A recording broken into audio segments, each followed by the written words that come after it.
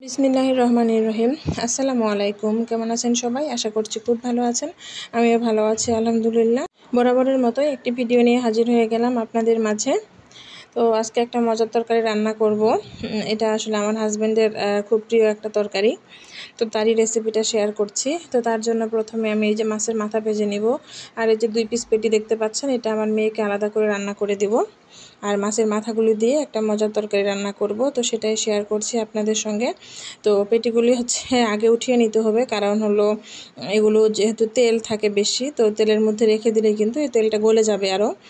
তো এই জাস্ট হালকা কাঁচা ভাবটা শুধু দূর করে নিলাম। আর তারপরে এই যে মাছগুলো ভালোভাবে বসিয়ে দেব উল্টে, সুন্দর করে এগুলো একটু ভেজে নেব। মাথাগুলো ভাই উল্টাতে গিয়ে খুব বিপাকে পড়েছিলাম, এগুলো ঠিক মতো উল্টানো যাচ্ছিল না।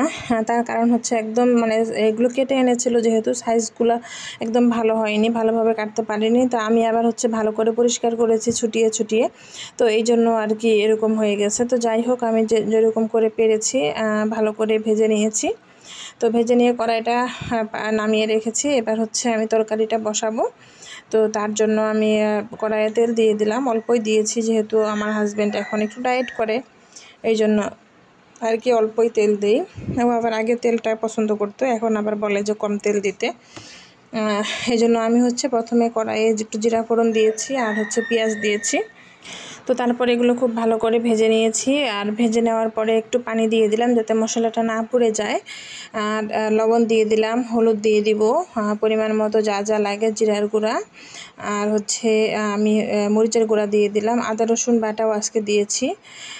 আদা রসুন বাটা আমি নর্মালি ইউজ করি না, তবে আজকে দিয়েছি আর কি। এই তো দিয়ে দিচ্ছি, একটু বেশি পরিমাণে দিয়েছি, কারণ হলো যেহেতু এটা মাছের মাথা একটু মশলাযুক্ত হলে ভালো লাগে খেতে। আর মাছের নর্মাল পিস রান্না করলে আমি আদা রসুন বাটাটা স্কিপ করি, এমনিতে রসুন দেই, তবে আদাটা দিই না।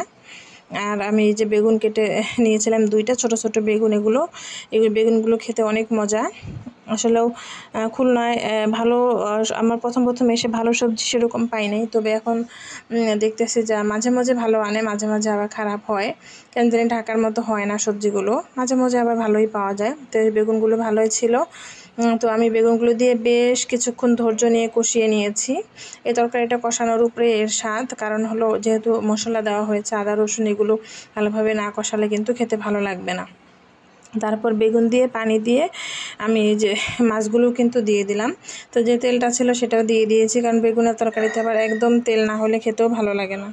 তো এবার আমি ঢাকনা দিয়ে কিছুক্ষণ অপেক্ষা করব, তারপরে এই যে একটু নেড়ে দিলাম।